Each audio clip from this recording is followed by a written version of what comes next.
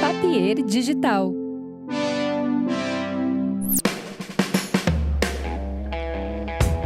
Olá pessoal, estamos iniciando mais um episódio aqui no The Borba Cast e hoje recebo para conversar aqui o Fred Chernobyl Endres, que vem falar sobre o seu trabalho, sobre música, sobre a comunidade ninjitsu e mais algumas coisas que vão pintar, alguma receita de bolo. Quem sabe, né, Fred? Tudo bem? Beleza, Mauro. Satisfação Prazer. estar aí contigo, cara. Pô, prazer em te receber Legal. aqui. Eu que comecei, antes de te conhecer pessoalmente, eu te ouvia na Ipanema enquanto eu jogava botão em casa, né? Futebol de botão. Ouvindo tu, o Ricardo Barão e a Kátia, né? Agora a gente é amigo há um bom tempo já, né? Pois é. Não, e é legal isso, né? Saber que a gente tem uma história, né? Em torno da música, em torno do rádio e depois muitas entrevistas também nas rádios, na pop rock especialmente, sim, né? Sim, e desde que eu comecei a ter banda, né? A gente já começou a se esbarrar em entrevista, em rádio, né? Sim. Falando em pop rock, vocês tinham uma marca, né? Que era a banda que tocava em todos os aniversários da rádio, né? É. Banda boa é assim, né? Era um contrato já para vitalício. Pô, cara. Até enquanto a pop rock existiu, né? Sim. Cara, eu acho que a gente tinha tudo a ver com a linguagem da rádio e também uma banda boa de palco que pode fazer uma dobradinha com... A gente iniciando fazia dobradinhas com o Rapa, com o Charlie Brown, que Charlie Brown também estava iniciando, né? É verdade. Então, a gente lançou o primeiro disco simultaneamente. O aniversário de um ano da Pop Rock foi Comunidade Charlie Brown. Na Sojipa. Na Sojipa, é. E a gente, eu acho que a gente sempre foi muito, digamos assim, bom de palco. Sim, com certeza. Digamos que eventos importantes, como eventos de arena, que tu tem que chegar lá e representar, independente da hora que tu vai tocar, independente se tem uma banda maior antes ou depois, ou tipo, se alguém vai te ofuscar ou não, a gente chega com os dois pés na porta. Essa que é a linguagem da comunidade ninjitsu, chega de voadora sempre. Até nesse evento aí da Sojipa, que foi o primeiro aniversário da Pop Rock, isso foi em 98. Foi. Teve o episódio do Índio, né? Porque vocês tinham... Eu já ia falar. O Índio era um integrante quase da banda, né? Porque ele estava sempre nos shows. Um guru, né? Um guru, ele ficava ali sentado naquela posição, né? De rei. Pai santo, né? O painho, né? O painho. E ele tomou o uísque que era do Chorão e o Chorão ficou muito buzina, né, cara? É que assim, a gente estava iniciando, né, a nossa carreira como... foi um dos primeiros shows grandes da comunidade ninjitsu. Então a gente ainda não tinha uma estrutura de produção própria da banda, né? O Lelê estava iniciando também com a gente não tinha know-how de tipo organizar um camarim prévio, sabe? A passagem de som já foi meio esculhambada. Que tipo assim, o Charlie Brown ficou brincando na passagem de som e nós, banda de abertura, nós tinha menos tempo e não tinha um cara da nossa produção para chegar e dizer acabou o tempo de vocês, agora a comunidade ninjitsu vai passar o som, sabe? E assim como o nosso camarim não estava muito bem organizado por nós mesmos, não estou reclamando da rádio. Não, mas pode reclamar. Mas a gente poderia... Agora já faz tempo também. A gente não tinha alguém da nossa parte para dizer assim, o camarim tem que ter isso, tem que ter aquilo. Então, assim, o Charlie Brown passou som até abrir os portões, assim. Então, quando a gente viu as pessoas chegando, a gente chegou agora não dá mais para passar som. Peraí, vamos passar uma música só. Beleza, já começou assim. E aí... a gente arrasou, né? Foi um baita de um show, comunidade ninjitsu sempre prezando pelo repertório próprio, né? Mas e as pessoas no começo só conheciam Detetive e alguma pincelada de outras. Mas enfim, voltando ao índio. O nosso camarim não tinha bebida. E aí o índio sempre com um terno, né? Sempre naquela elegância dele, né? Terno branco. O índio foi no camarim do Charlie Brown e disse que ele era o presidente da Sojipa. Na real, ele pediu para entrar e ele já chega com aquela grande presença dele, né? Uma entidade, o índio. E quem é que vai barrar o índio, cara? Pô, o índio é um... Claro. E ele sempre na beca, né, cara? Sempre com os ternos que ele manda fazendo, um alfaiate e tal, né? E aí ele entrou... E quem é esse cara? Quem é esse cara? Os caras do Charlie Brown. Daí ele disse que ele é o presidente da Sojipa. Daí ele pegou uma garrafa de uísque deles, Chivas Regal, assim, e foi embora e trouxe pra gente. E depois o Chorão tava reclamando que tinham roubado o uísque dele. Tinham roubado o uísque dele. E a gente teve que ir buscar uma garrafa de uísque pro Chorão. Então, foi culpa nossa. Mas na hora não se sabia, né? O Chorão a gente já tava num clima ruim com o Chorão, porque... Ali quase deu uma briga, né, entre ele e o Fetter. Eu percebi que tinha algo estranho no ar ali, né? Tanto que a passagem de som já foi uma loucura, né? É que o Chorão, quando ele viu que estava lotado, porque estava lotadaça a Sojipa, né? Tava. Ele pensou o seguinte, ele reclamou que o cachê não era condizente com o tamanho do evento. Sim, entendi. Era um cachê simbólico porque era aniversário de rádio. Era assim que se trabalha normalmente. Mas havia um cachê e foi acertado previamente, né? Então, e ali não era hora de discutir o cachê, né? E aí ele não queria tocar. E aí foi confuso o negócio. Nitidamente estava começando também, né? Porque isso não se faz, né? Tipo, tu acordou uma coisa, não é na hora que tu vai mudar, né? Sim, era uma coisa que tinha que falar com o empresário, né? E antecipadamente, né? E aí o empresário deles não tinha vindo um outro cara que não era o empresário. E, cara, deu uma confusão forte, assim, porque ele dizia, não vou tocar. E se eu não tocar, a banda não vai tocar. Então, ninguém vai tocar. E aí a galera lá gritando, né? Como Charlie Brown. Foi um show histórico, cara. A gente... marcou muito pra gente, né? Eu acho que o aniversário de 2 anos foi ou o Jota Quest ou o Rapa com a gente. No segundo aniversário, puxa vida, agora... Foi o Rapa, cara. Na Sojipa também. Na Sojipa também. Comunidade o Rapa. Exatamente. O Rapa deu uma viajada legal naquele show também, né? De ficar fazendo dub? Isso. Eles fizeram um monte de dub e... Aí toma um gol, né? fica brincando com a bola na frente da área e vem a banda local e com os 2 pés na porta. E derruba. Né? Foi isso que a gente fez. A galera... Caralho, o show da comunidade foi melhor.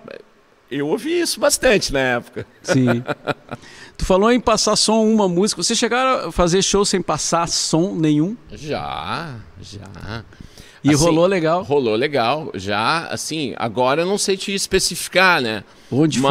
Mas quando tu tem uma equipe técnica, tu tem um técnico de som que vai chegar na mesa e vai saber o que fazer com os elementos, tu fica tranquilo para fazer esse tipo de coisa, né? E a comunidade lá, desde o começo, a gente tinha o técnico de som de monitor, que cuidava dos volumes dos instrumentos no palco, o técnico de som de PA, que cuida do o que a plateia vai ouvir, né? E vários roads, né? A gente sempre teve uma equipe grande e a comunidade era cabide de emprego, né? Viajava uma cabeçada, meu. Vários eram assim na nossa geração, né? Papas da Língua, o da Guedes, acho que viajava em 25 pessoas. Nossa. Então já chegamos a fazer show sem passagem de som. O que acontece é que a primeira música fica estranha, mas na segunda já entra. Então a gente já sabe que a primeira tá alinhando, que não é para ficar triste que o público ainda não reagiu muito bem, porque ele logo vai reagir bem. Sim. E que lembrança mais curiosa tu tem da estrada, assim? Curiosa? Alguma coisa engraçada, cara, ou preocupante, ou que aconteceu? Ô Mauro, tem tanta coisa. A comunidade tem 27 anos de vida, né? E 24 anos de estrada, de fato, né? A gente estava falando em 98, né? 24 anos atrás, assim, que a gente caiu na estrada, assim. E a gente nunca ficou um mês sequer sem fazer um show. Em 24 anos. Então, sempre que alguém me pergunta, tem algum fato? Tem alguma coisa curiosa? Cara, vem tanta coisa que normalmente eu não consigo dizer nada. Porque Mas, por Tem exemplo, bastante coisa curiosa, né? tiro Bastante vocês nunca levaram. Ah, tiro... Não, cara. Olha, fez saber. Não, mas o Mano fez um show com colete à prova de bala uma vez. Ah, que ele... é? Que um cara tava com ciúmes lá de uma guria lá no interior, lá. Isso eu tô falando de mais de 20 anos atrás. E fez umas ligações. Uma guria que era apaixonada pela banda, apaixonada por ele. E o cara descobriu o telefone da casa do Mano e ligou ameaçando ele, né? E aí a gente viajou com segurança e ele fez o... Isso foi em Santa Maria. Que máscara, né, cara? Colete à prova de bala. Bom, Ele mas tomou um tombo no palco, meu. Não, isso aí foi engraçado, cara. agora é engraçado, né? Agora é engraçado, assim, mas... Mas deve ter sido Tem, tenso, tem, né, cara, teve dia. outros momentos tensos, assim, mas nada demais, assim. Teve um... A gente fazia um show em Rio Grande, cassino ali, que era muita gente, mas muita gente. E dava muita briga, cara. Meu Deus, cara. Aí tinha a gente para... vamos parar, cara. A galera tá se matando. E aí parava e dava uma moral. Tu tem que pedir pra parar de brigar, mas tu não pode fazer com que os marginal fiquem de cara contigo, né? Essa que é a parada da banda, né? Tu tem que pedir pra parar de brigar, mas tu não pode gerar ódio dos caras que estão brigando por quem tá tocando, né? Tu tem que dar uma moral que fique todo mundo de bem, inclusive bem pra nós, né? Pro show continuar lotado e pra que não queiram nos pegar depois do palco também, né? Tipo, mas teve um show lá em Cassino, acho que em Rio Grande, acho que em 2000, e que a gente parou uma vez por causa de briga. E aí no Detetive, que era a última música do show, acabava com um hardcorezão, a gente acelera a música full. E aí acabou realmente o show. Era a última do setlist e a gente saiu. E os caras achavam que a gente tinha abandonado o palco por causa de uma briga. Aí as gangues, sei lá, vou chamar de gangue, que estavam brigando, queriam nos pegar, né? Mas não, velho, não é que a gente abandonou o palco, o show acabou mesmo. Mas aí e vai a explicar, gente teve que né? sair do palco com um cordão de isolamento de segurança e pegaram um cara que tinha uma faca, assim, ó. Ele ficava assim, tipo um bonequinho, assim. Se eu acertar alguém da banda e pegaram o cara e afastaram o cara, assim. E daí a gente teve que ficar trancado dentro da prefeitura de... Eu nunca sei se eu estou em Rio Grande ou em Cassino até hoje, que vergonha. Eu não sei qual das duas que era, mas a gente ficou dentro da prefeitura. O camarim armado ali, né? Comes e bebes, claro. E o show era ao ar livre? Uma meia dúzia de fã. Do sexo feminino, claro, mas aguardando acabar a zoeira, né? A zoeira para, tipo, acalmar tá os perigoso ânimos. lá fora. Sim. Né? Tem coisas... Cara, o cara começa a falar, vai vindo. Tem muita, depois o cara fica assim, porra, me esqueci de falar aquela. Mas já que a gente estava falando lá da Raiz, de 98, também teve uma clássica que foi no Jô Soares, do Jô 11:30, quando era no SBT. Trabalho de divulgação do primeiro disco, do Broncas Legais. A gente foi no Jô, em uma entrevista que eu achei ridícula. Parece que o Jô nem leu o release, ele não... ele dizia, essa música aqui, rap do trago, sabe? Tipo... as roupas de vocês são engraçadas. Vocês gostam de filme de Kung Fu, porque eu tinha uns kimonos. Enfim. A entrevista foi palha, mas a apresentação da comunidade foi foda. Foi assim, arrasou. Assim, Detetive estava estourando em nível de Brasil, assim, bastante, depois de ganhar o VMB na MTV, né, e tal. Mas Detetive estava tipo no top 5 do Brasil, cara. Eu me lembro disso. Até no Nordeste tudo tocava. E aí, cara, tava gravando o público lá, né? Aí deu um problema na mesa, de som, para tudo. Aí deu um problema na mesa, repete. Aí deu um problema na mesa, repete. Quando a gente repetiu, acho que a quarta vez foi a vez que valeu. Só que a gente tocou 4 vezes Detetive e o público que já estava curtindo acabou, inclusive, aprendendo a letra. Então, o que foi ao ar para as pessoas em casa foi um Detetive da comunidade no jogo com todo mundo cantando a música. Pô, então legal, a gente hein? acabou ensaiando a música com a plateia, enquanto Sim. tinha falhas técnicas, né? Que foi favorável para vocês. Foi favorável pra caralho. falou aí no VMB, eu lembrei de um episódio, de uma coisa que acontecia, eu não sei se tu exatamente, mas era a comunidade. Eram integrantes da comunidade. Vocês iam lá na rádio e sempre rolava uma brincadeira assim, que vocês chegavam e diziam, tu é metaleiro ou tu é new wave? Ah, é? Meu, não. Porque tinha essa discussão, né? Essa discussão... Essa briga, digamos assim, na época. Sim, na verdade essa discussão de se tu é metaleiro ou tu é new wave é dos anos 80, né? Sim, sim. Então, assim, que nos anos 80 é quando a gente virou roqueiro, né? A gente tudo nasceu nos anos 70 ali, depois dos 8, 9, 10 anos de idade. Era bem esquisito um guri que não gostasse de rock, né? Na nossa época, né? Então, assim, a gente gostava de metal. Tipo assim, o primeiro rock que eu me apaixonei foi Kiss, AC/DC, Black Sabbath. Depois que eu fui conhecer as coisas mais antigas, como Jimi Hendrix, Bob Dylan, Beatles, essas coisas assim, Janis Joplin, né? Por causa do meu pai.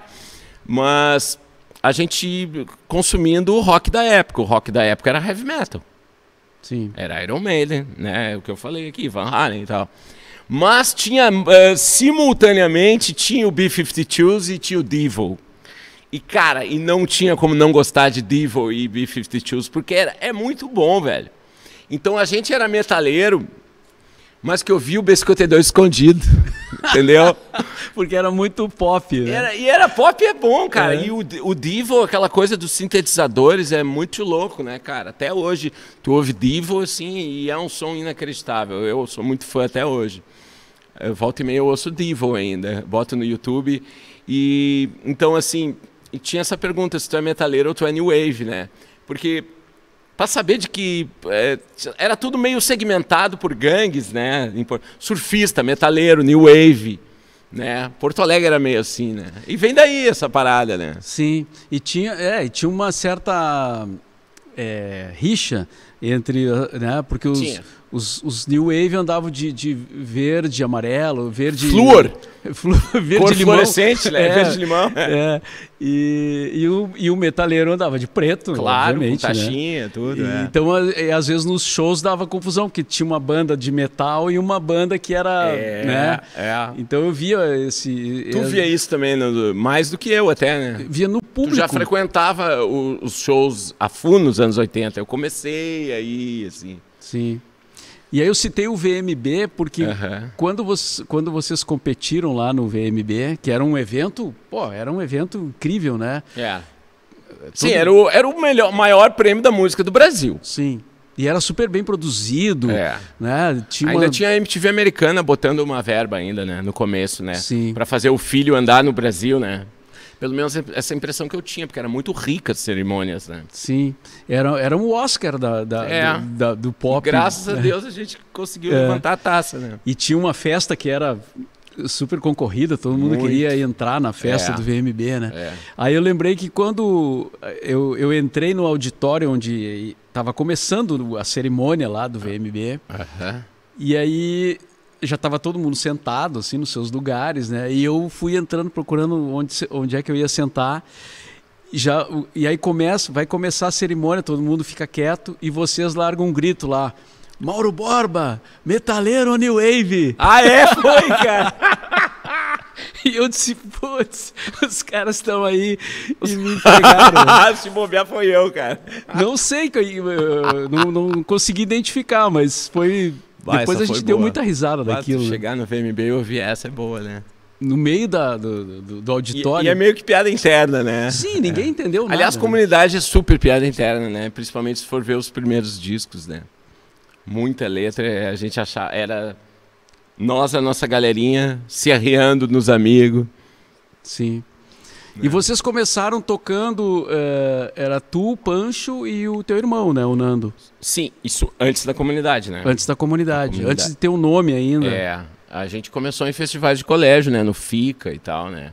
A gente tinha um trio instrumental, teve uma pequena febre entre os músicos que estavam começando a tocar nos anos 80 de jazz rock fusion, né? Muito influenciado pelo Cheiro de Vida, que é o grupo que tinha aqui de jazz rock fusion, né? Tu lembra, né, do Cheiro de Vida, né? Claro, claro. Tinha Então, o Raiz de Pedra gente, também, que era outro Raiz de grupo. Pedra. Então a gente tinha 12, eu tinha 12, o Nando tinha 14, o Pancho tinha 13, e a gente tentava fazer jazz rock. E a gente concorria nos festivais e ganhava uns prêmios e tal. E aí a gente acabou o colégio e caiu no Oswaldo Aranha, né? E o mais próximo do jazz rock que existia na época era o funk metal, né? Então, assim, a gente veio de uma infância metaleira, começou a estudar jazz rock, mas já começava a andar de skate, ouvia um Beast Boys, ouvia um Run MC. Mas aí, quando a gente acabou o colégio e caiu no Oswaldo Aranha de fato, a gente virou Chili Peppers, né? Living Colour, Chili Peppers. Aí que eu e o Pancho entramos na Borboleta Negra, que era uma banda de funk metal com Tom Belmonte, que é uma banda que lançou um vinil, né, cara? Eu lancei um vinil com 17 anos de idade, com a Borboleta Negra, um compacto, que muito tu deve ter tocado, né? Sim.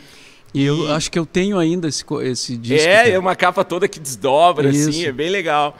E então, cara, e ali eu caí na vida de tocar na noite, de fato, né? Com 17 anos, quando eu entrei para a Borboleta Negra, a gente já fazia uns shows no interior, fazia uns shows em Santa Catarina, eu era menor de idade ainda. Isso foi em 92, então assim, eu tenho 30 anos de estrada tocando direto, assim, agora, né? A gente está em 2022. E 3 anos depois, em 95, o nosso amigo de infância, que estava sempre com a gente, fez Detetive, fez Boys Don't Cry, aquela versão maluca do The Cure. E aí surgiu a comunidade ninjitsu. O Mano estava sempre com a gente. A gente se conhece desde que a gente nasceu, né? Nossas famílias eram vizinhas de praia em Tramandaí. E Se conheceram na maternidade, praticamente. Sim, de fralda. Assim. Do carrinho de bebê indo pra praia. É fato. Que legal. E aí surge a comunidade. Então, em 95 surgiu e fizemos uma fita demo. E aí, se eu não me engano, tu foi a primeira pessoa a tocar no rádio, a gente, cara. Ah, teve a história. Que a gente deu uma canja num show da Ultraman. A Ultraman é uma banda mais antiga, né? Apesar da gente regular de idade. A Ultraman era da época da Borboleta Negra, né? Mas daí a gente saiu da Borboleta, fez a gente dava canja nos shows dos amigos, a comunidade. E tu viu a gente tocar Detetive num show da Ultraman. Foi lá no FICA. Foi no FICA. No Anchieta. Tipo, a Ultraman era tipo banda de encerramento, não era banda concorrente, né? Isso que eu quis dizer. Então a gente tocou Detetive e a galera amava a música, né, cara? E aí me levem lá na rádio. E eu não tenho certeza, mas talvez seja esse teu convite que tenha feito com que a gente se agilizasse para registrar a música, porque ela não tinha sido gravada ainda. Tem um cara que quer tocar, o Mauro Borba. Pô, vamos gravar, gurizada. E aí o Yuri Freiberg, que trabalha com várias bandas indies aí do Brasil, ele tinha um porta-estúdio que a fita master era uma fita cassete, era um home studio, porta-estúdio que a gente chamava. E a gente gravou a fita demo, bateria eletrônica, guitarra, baixo e voz. E aí mandamos para as rádios todas, né? E cópia em CDR, surgiu o CDR, era uma grana fazer uma cópia, né? Tinha um aparelho que copiava CDR no Rio Grande do Sul. Tinha que ir até Novo Hamburgo de carro, copiar. Uma música. Isso, e tinha que fazer uma vaquinha com os integrantes, cada um botava um dinheiro para conseguir fazer uma cópia. Olha a mão que eram as coisas, né, cara? Vê como é fácil hoje, né? Puta, louco. E depois eu ficava em casa, assim, copiando, né? Fazendo demo, né? Ficava em casa a tarde inteira, todos os dias de semana, fazendo demo.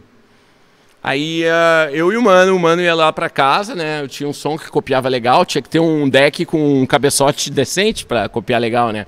E a gente ficava gravando fita demo e ouvindo som e tal. E a gente, vamos fazer uma coisa aí.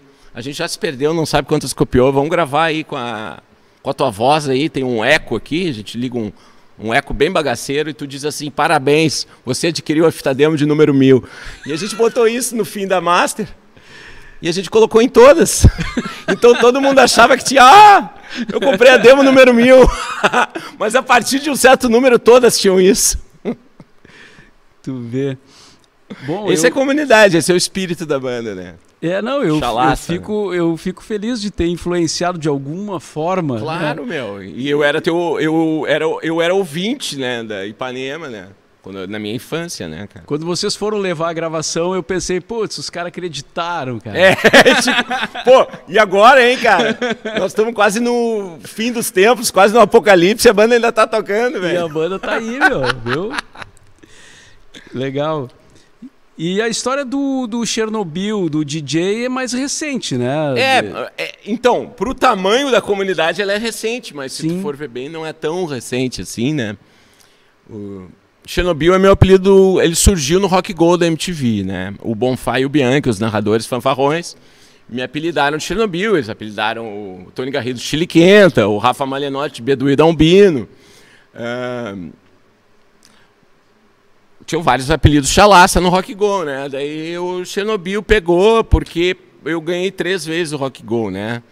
As 3 vezes que eu fui campeão, representando a comunidade em jiu-jitsu como titular, goleiro, as finais foram para os pênaltis e eu peguei os pênaltis. Peguei 2 de 3, campeão de novo.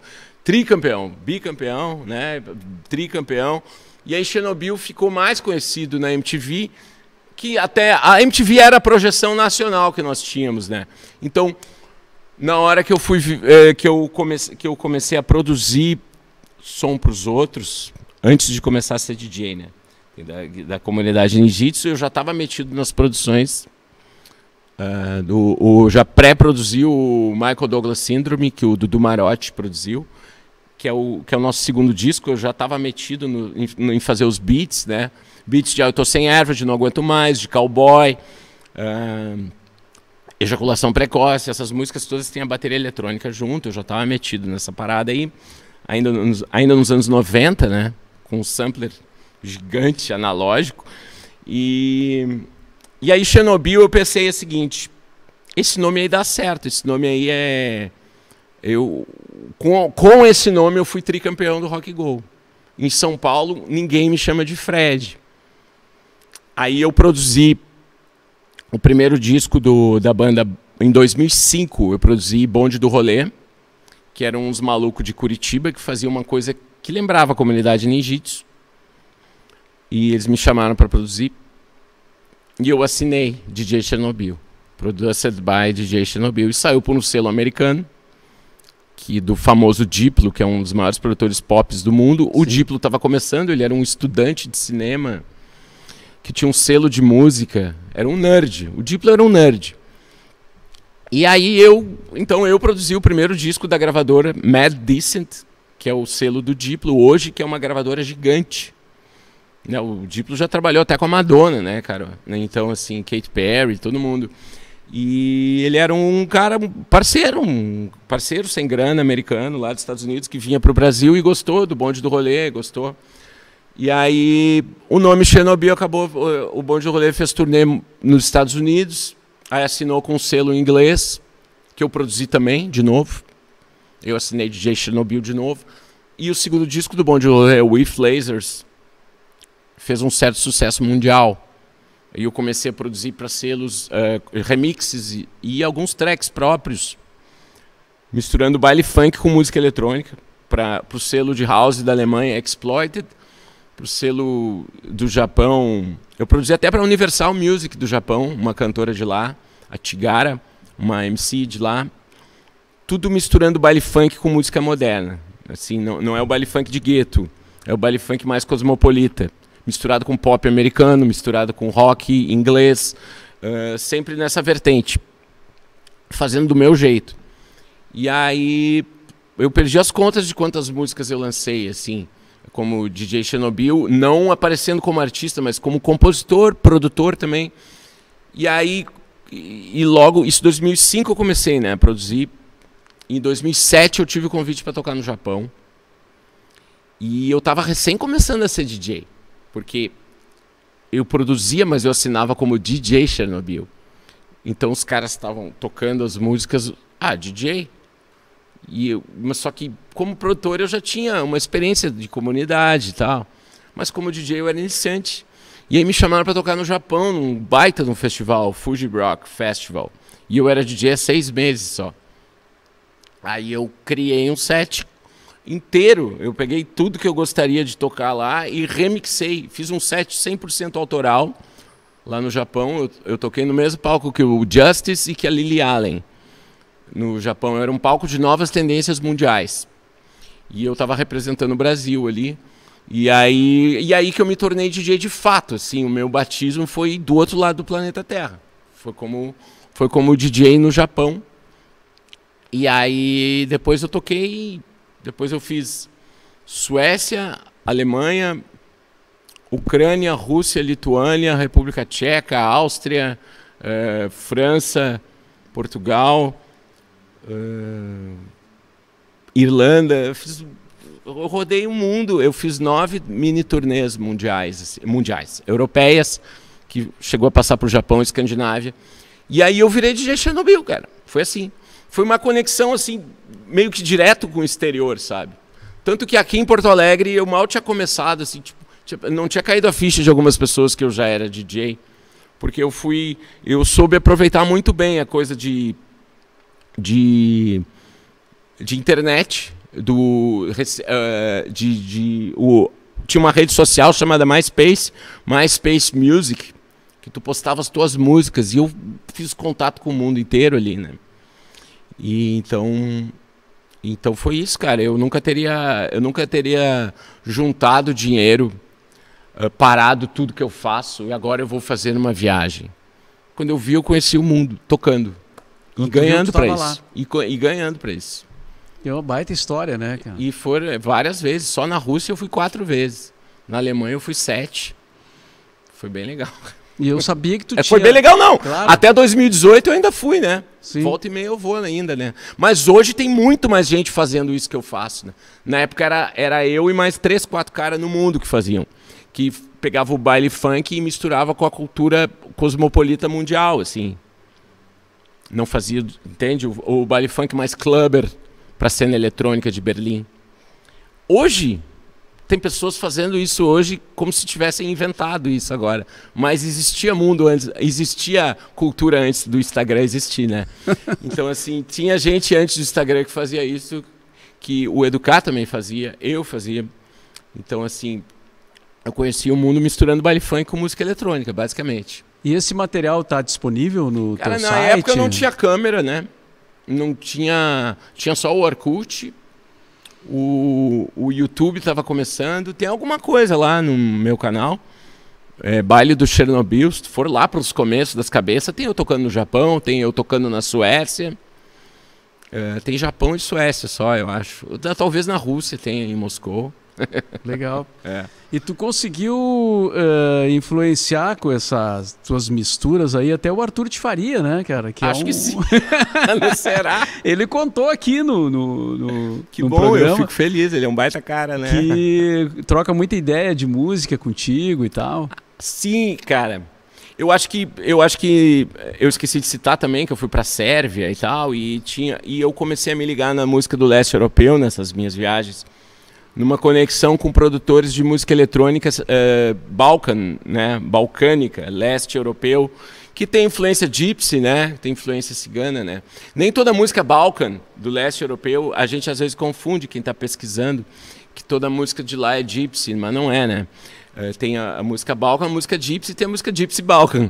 Então eu comecei a me interessar por isso, e eu tenho, inclusive no Spotify, tem o perfil de DJ Chernobyl, tem o perfil Chernobyl só.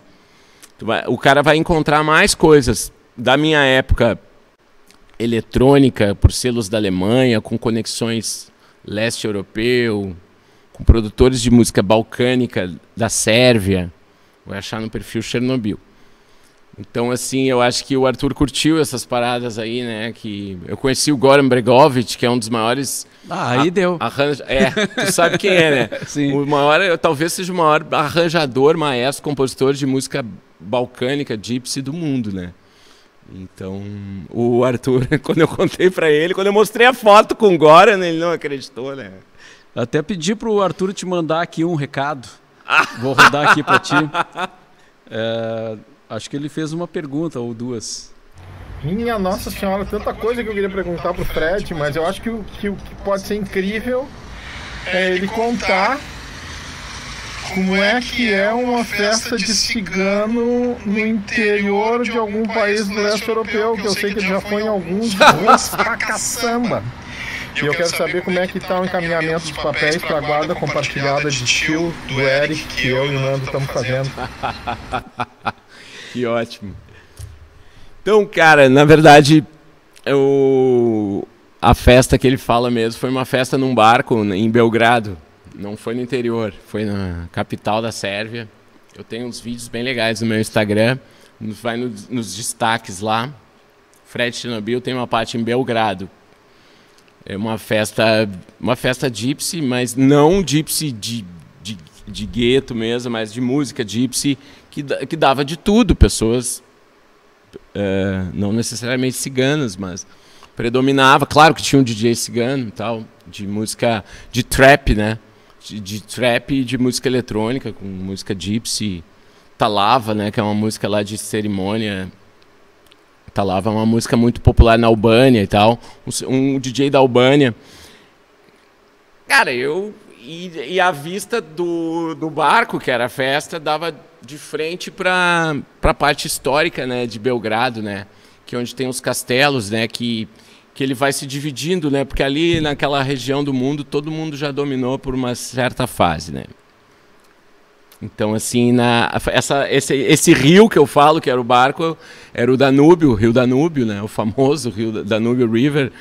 E era no Rio Danúbio, de frente para a parte histórica de Belgrado, só música Balkan, Gypsy, e eu fui DJ nessa festa também, né? Eu não fui só convidado, eu fui DJ, e foi muita honra, assim, tocar. Eu saí da casinha, assim, eu confesso que eu pensei que eu tava sonhando, assim, porque uma música muito foda, um ambiente muito mágico, e de frente para aqueles castelos em Belgrado que uma parte da arquitetura é romano, uma parte é otomano, né?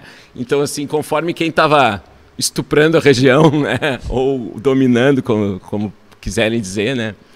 Então tem várias arquiteturas, assim, né? Foi muito mágico, Arthur. E a guarda compartilhada do Eric, de tio, tu e o Nando, já tá rolando, né? O Eric tá sempre tocando com o Arthur, né? Já tá, na prática já acontece. É, na prática já acontece. Que idade tá o Eric? 24. 24. E... Nasceu no VMB ali, de 97. Ele foi feito durante as gravações do Broncas Legais. Eu estava gerando um filho e um disco. Ao mesmo tempo. É. E aí ele nasceu exatamente. E tu imaginava que ele seria guitarrista? Não? Imaginava.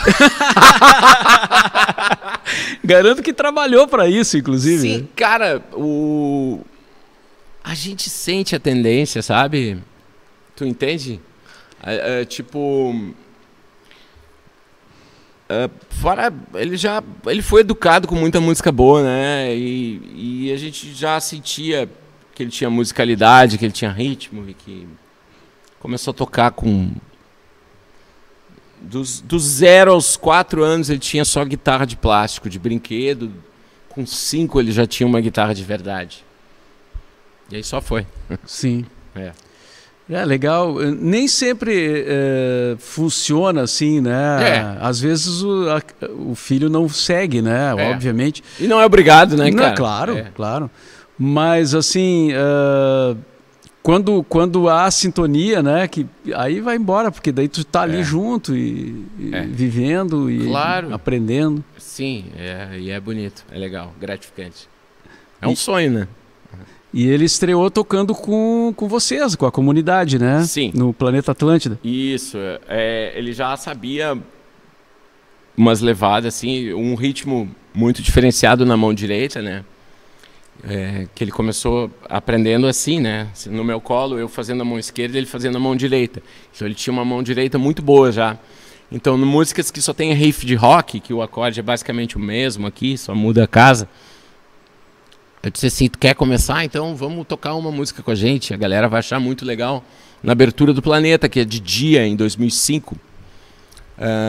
Tu entra e toca a música Patife, que ele é... Eu tinha colocado ele de autor da música. Porque ele cantarolava uma coisa que eu transformei em riff de guitarra. Daí eu coloquei o Eric de autor junto da música Patife da comunidade. Então tu quer tocar Patife com a gente? Ele disse, quero. É isso que tu quer? Quer mesmo? Tu vai encarar 20 a 30 mil pessoas? Vou. Então vamos. Então, tipo assim, corajoso. Aí ele entrou no palco assim, pequenininho, minúsculo, com uma guitarra gigante. Encarou, velho. Encarou. E eu até botei ele na garupa, tipo AC/DC, sabe? Ele tocando aqui na minha garupa, cara. Foi bem legal. E aí não parou mais. Não parou mais, cara. Ele muito dedicado, um cara muito dedicado à guitarra, muito dedicado à música, muito pesquisador, muito estudioso.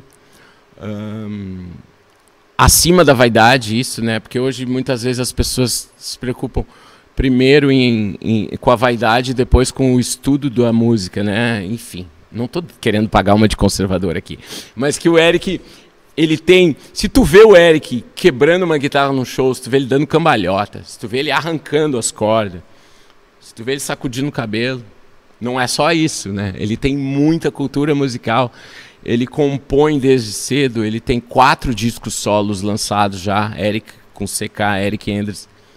Ele... Olha, e eu acho que a maioria dos discos dele ele compôs tudo, gravou, produziu, mixou quase tudo e toca quase todos os instrumentos também que estão nos discos, né? Só não toca instrumento de sopro. Toca bateria, toca baixo, toca teclado também, canta. Pô, legal, hein? E é bom. É bom, guri. Não adianta fazer tudo isso e fazer música ruim, né? As músicas são boas, viu? Legal. E tu continua atuando como DJ agora? Bom, durante a pandemia deve ter dado uma parada, né? Normal. Deu uma parada, todo mundo parou. Mas eu foquei numa coisa que a gente fica muito no corre de tocar na noite para se sustentar, né? E a música... Ela, de fato, ela te dá grana tocando, né? Em show, em apresentação. E aí, quando entrou a pandemia, eu pensei assim, bom, eu não tenho mais o dinheiro do ao vivo, né? Que é 98% da minha renda, eu só tenho dos direitos autorais. Né? Os eventos de execução pública vão parar. As rádios já não tocam mais tanto a gente, porque a gente não é mais novidade. A execução pública em TV a cabo dá dinheiro, mas também já gastou o nosso show que passavam toda hora e tal. Então, assim, o que eu tenho? Eu tenho as plataformas de streaming. É o dinheiro que eu tenho a receber. Cadê? Não está comigo. Por que não está comigo? Aí eu fiz uma aula de produção fonográfica, né? E como fazer o beabá de lidar como um label mesmo, né? Sozinho. Com a Drica, uma amigona aí, que trabalha no Áudio Porto. E aí a gente descobriu uma coisa que a gente não dava bola, né? Que, tipo, falou de pandemia, né? Eu parei para fazer isso, porque não adiantava ficar fazendo livezinha no Instagram como DJ, olha... Eu achava muito frustrante e deprimente. Então eu preferi... Eu fiz de vez em quando. Mas aí eu resolvi pegar... desse disco aqui eu nunca ganhei nada, esse aqui eu nunca ganhei nada, esse aqui eu nunca ganhei nada, esse aqui eu nunca ganhei nada. Cadê os contratos disso? Lelê, tu tem algum contrato disso? Não. Esse aqui eu tenho. Cadê? Tá vencido. Tá monetizando com contrato vencido. Tá monetizando e não repassou. A gente achou furo em quase todos os discos da comunidade Ninjitsu. E aí o meu trabalho foi derrubar os discos e com a parceria da One RPM, a distribuidora digital, acho que é a mais legal que tem no Brasil, subir eles e na hora que a gente derrubasse, eles já entravam automaticamente, não perdia nenhum play. Porque é muito feio ver um disco consagrado com pouco play, né? Sim. Então, assim, virou o meu job. além de eu começar a produzir muita música em casa, né? Esse meu job ele se iniciou porque eu peguei o disco Aproveite Agora, que ele foi... Digamos que a gravadora Orbit morreu e ficou com a master e não liberou para nós trabalharmos o disco Aproveite Agora. Aí eu pensei, pandemia eu tenho tempo, eu vou refazer esse disco inteiro, a partir dos arquivos que eu tenho.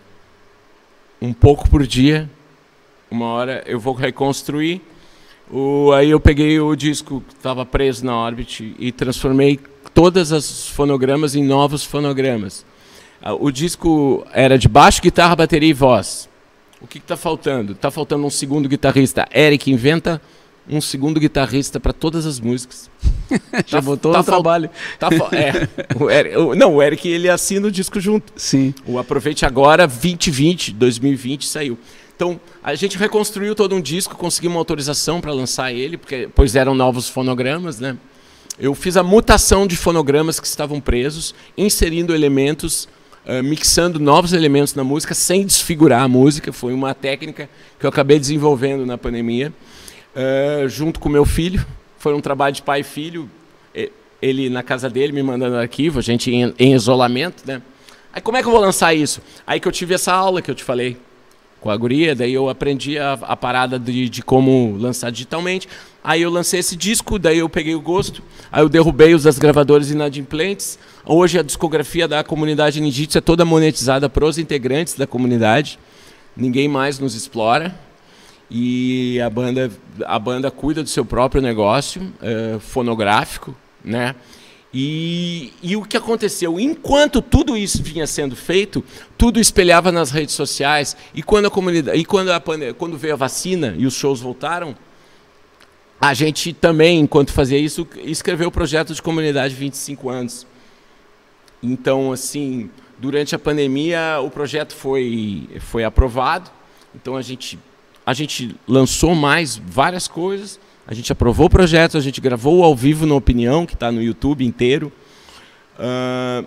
E eu fui trabalhando com outros artistas de Floripa, Fortaleza, Belém do Pará e São Paulo como produtor. Isso na pandemia, era meu trabalho. Eu atendi a Keila, que é uma cantora de tecnobrega lá de Belém do Pará. Eu gravava as guitarras para ela e produzia algumas músicas. E que eu tenho uma pesquisa de Belém do Pará também, que eu gosto muito de lá. Eu atendia o Daniel Peixoto, que é um cantor de Fortaleza, bem na onda pop, LGBT, assim. O X, do rap lá de São Paulo, fiz bastante trabalho com ele, e a banda Fish Ventura de Floripa. E a banda de pagode de Novo Hamburgo, Sambari. Estou falando horrores. Mas é que a pandemia eu me ocupei mesmo, cara. Sim, senão eu ia cortar meus pulsos, velho. Eu ia cortar meus pulsos. Aí todo esse trabalho mobilizando, o que aconteceu agora na volta dos shows, cara? Eu tô com a agenda muito melhor de show, do DJ Chernobyl, tu perguntou se eu vinha tocando. A comunidade está com uma agenda muito melhor, porque a gente ficou gerando conteúdo que não era bobagem, gerando conteúdo sólido. Sim. Durante a pandemia, tanto eu como DJ/produtor, quanto a comunidade Ninjitsu. Hoje eu tenho uma agenda somando o DJ Chernobyl, somando a comunidade Ninjitsu, muito melhor do que em 2018, 2019. Então tu virou a gravadora Sim, própria. Da comunidade. Da comunidade. A gente vinha fazendo algumas coisas pela Loop, mas eu não conseguiria sair de uma gravadora e levar para a Loop. Eu tinha que sair da gravadora e ir para o próprio artista, né? Sim. Senão nunca liberariam, né? É o artista que está pedindo, não é uma concorrente que está pedindo o disco, né? Sim. Então a gente vinha com um vínculo com a Loop, do Eduardo Santos, mas eu tive que fazer essa parada sozinha, senão os discos não iam chegar pra gente. E a gente acabou conseguindo. Só tem um disco que não é nosso, que é o Michael Douglas, que é da Sony, que a gente deixou quieto, que a Sony investiu horrores e aquele disco vai muito bem por eles. Sim. Pô, legal. Teve atividade então, né, nesse período aí de pandemia aí. Teve. E daí o cara ocupa a cabeça, né, Mauro? Porque foi difícil, né, cara? Teve muita bad, muita deprê, né, cara? Tive uns dias bem difíceis, né? Sim. Mas isso aí me motivava, né, cara? E tu via que as coisas iam andando e tu te motivava mais, né? Tanto que eu comecei vendo um monte de série, depois eu parei de ver série, porque eu virei o workaholic dessa parada aí que eu descrevi. Não conseguia nem ver série mais, cara. Era o pijama pra ir no Zafari, o pijama pra dormir e o pijama pra trabalhar. Eu tinha 3 pijamas. Pra ir no Zafari, pra dormir e pra trabalhar. É sério. E me diz uma coisa, Fred Chernobyl Endres, aqui É um baita nome. no BorbaCast. Teus ídolos ainda são os mesmos? Ah, cara, eu acho assim. Meus ídolos são Jimi Hendrix, acima de tudo. Eu sou de admirar vários artistas pra caralho, assim, admiro muito. Mas De tendências bem diferentes, inclusive. tendências bem diferentes, né? De uns 25 anos pra cá, assim, a maioria das coisas que eu ouço é black music desde os anos 60, assim, né? Desde os anos 90, assim, né? Mas eu acho que os meus maiores ídolos... Eu acho que é o Jimi Hendrix, cara, e o resto tudo em segundo lugar empatado. O resto tudo não quer dizer todo mundo. Os outros que eu admiro que tu ficam em admira. segundo lugar empatado, Sim. né? E tu falou em Belém do Pará, eu não conheço Belém do Pará, gostaria. É muito legal.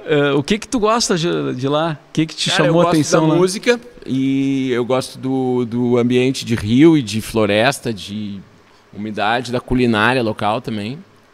E as amizades que eu fiz lá são muito legais. E eu fui pra lá tocar uma vez com a comunidade e umas 5 vezes como DJ. E eu sempre aproveitava e passava uma semana lá. Então, e aí a Keila, que é lá de Belém do Pará, que ela era de um grupo chamado Gangue do Eletro, que já fez turnê mundial, tudo. Tinha até música e novela já. A Gangue do Eletro era um grupo forte lá de Belém do Pará. Ela, na carreira solo dela, ela fez algumas músicas comigo. E a gente ainda tem 3 para lançar aí, que a gente fez na pandemia, que está na fila para sair ainda. Eu não consegui lançar tudo ainda que eu fiz na pandemia. Foi um armazenamento de... E também para eu não entrar em deprê, né, cara? Eu ficava fazendo música. Então, Belém do Pará, me encanta muito a parte musical, assim, e... Eu acho muito criativo, eu acho o Tecnobrega, a gente conhece muito pouco aqui. Cara, é sensacional, meu. É sensacional, cara. Eu fui num baile de Tecnobrega numa ilha, cara. Eu peguei um barco com um índio lá, numa segunda-feira da tarde, cara. Aparelhagem São Jorge, o DJ num disco voador, cara, no meio da floresta. Tinha que andar por cima de uns troncos pra passar em cima de um riacho pra chegar e tomando tacacá, né? Que é o sopa aquele da goma da mandioca com jambu, que é um legume que amortece a tua boca, né? Bah, muito louco, meu. O bagulho é muito legal.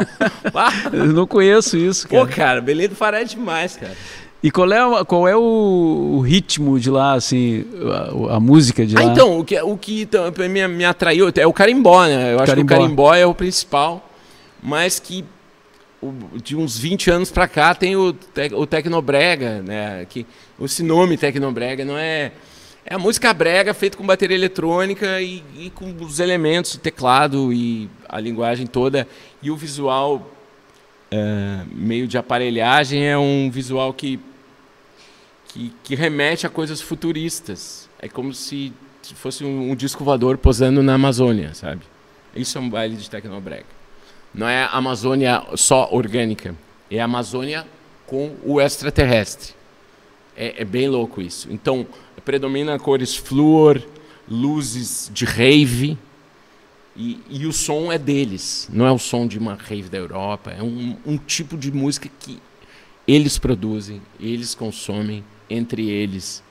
E tem também elementos que lembram carros alegóricos de escola de samba, mas tudo meio futurista, assim. E tudo com elementos da mata da Amazônia, tipo... Meu, é mágico, cara, é inacreditável, cara. Eu acho que a riqueza cultural do Pará é demais, cara. E a riqueza cultural do Brasil, né? Do Brasil, né? Que Tu vê, tem isso e tem mais milhares de coisas assim, né? E a gente tá aqui muito longe deles, né? Do outro lado. Exatamente, né? E a cultura gaúcha te inspira em alguma coisa, não? Cara, eu gosto de... o que eu mais gosto na cultura gaúcha... É o churrasco. e o acordeon, né, cara? O acordeon. É a maneira, musicalmente falando, assim. Eu sou muito... O Borghettino tá entre os ídolos em segundo lugar, empatado depois do Jimi Hendrix. Eu diria que o Borghettino faz parte desses caras aí, meu. Eu acho ele um gênio. Eu acho... na Alemanha, eu tive numa rádio lá em Colônia, dando uma entrevista, a WDR, a WDR é a maior rede de rádio e de televisão da Alemanha. Eu fui num programa lá e quando eu falei que eu era do Sul, os caras já falavam do Borghettino na hora. Assim. O cara respeitado no mundo todo. Então eu gosto da música gauchesca, mas mais me encanta a música para esse lado, assim, sabe? Do acordeon. Eu acho que é um instrumento que a galera aqui mata a pau. E planos para o futuro, além de tudo isso que tu está fazendo? É manter isso, né? Manter isso e quem sabe a comunidade agora, a gente está fazendo o disco ao vivo 25 anos, a gente já subiu no YouTube, porque não tem por que gastar dinheiro fabricando um DVD, ninguém mais tem aparelho de DVD, né? Então o que uma banda faz? Ela sobe o conteúdo no YouTube. Então tu faz o material todo e sobe lá. E era isso. Tá lá no nosso canal. Digita Comunidade Ninjitsu 25 anos. É um show maravilhoso que a gente reconstruiu os clássicos da banda com um naipe de sopro. A gente botou um swing como se a gente tivesse com uma influência soul, funk, disco em Analfabeto, em Detetive. Nas músicas puxadas um pouco pro reggae, pro ska, tudo com naipe de sopro, tipo Bob Marley, assim. Então, assim, tem Tati Portela, tem Tonho Croco, tem Rafael Malenotti com a gente. Um dos grandes clássicos da comunidade. Então, assim, a intenção agora é seguir tocando e é voltar para a Europa como DJ. Talvez voltar para Portugal, depois dessa pandemia aí. O Edu Santos já está lá. O Edu Santos já está lá. Eu tenho algumas conexões legais assim na Alemanha, que eu acho que é o que mais fortaleceu nesses meus anos. E na Rússia, mas a Rússia está em guerra. Eu falo com amigos da Ucrânia e eu falo com amigos da Rússia. E eles estão arrasados, né? Quero que os países estão... Os dois lados, né? Os dois lados, né? Mas, assim, eu esperava que os russos estivessem mais arrasados. Para tu ver como a propaganda enganosa do Putin tá funcionando lá dentro, né? Sim. Era para os russos estarem mais arrasados com a atrocidade que eles estão fazendo com a Ucrânia, sabe? Eu cheguei a bloquear uns amigos russos, na verdade, porque pela frieza como eles trataram o estupro que eles estão fazendo na Ucrânia, sabe? Tipo assim, deu para sentir que os russos não estão sabendo muito. Então, assim, eu tenho uns contatos para voltar lá. Eu já fui 4 vezes para a Rússia, mas eu não sei como é que vai ficar isso agora, né? Mas uma hora vai acabar, né? Vai acabar. E as pessoas são legais, as pessoas são queridas, né, cara? Tipo, tem um monte de gente que tem amigo aqui e lá, e os povos não se odeiam, não. Quem odeia são esses líderes de merda aí. As pessoas são, na verdade, elas ficam vítimas de todo um jogo, né? De mas interesse. A Rússia foi fundamental nessa minha carreira de DJ lá fora, sabe? Porque Moscou sempre pagava o melhor cachê, então a partir de uma ida a Moscou, eu atrasava a minha passagem e fazia o resto. Sim. Então, assim, a Rússia foi fundamental. Legal. Fred, muito obrigado aí pela visita, pela presença, pelas histórias fantásticas. Obrigado. Uma satisfação estar aí contigo, cara. Igualmente. Obrigado aí por vir a brilhantar aqui o nosso podcast. Obrigado. Espero que eu tenha contribuído. Com certeza. Aqui nos estúdios da Cuboplay. E boa sorte aí na sequência dos projetos, né? Valeu. E voltamos a semana que vem com mais um episódio por aqui. Beleza? Valeu! Até mais!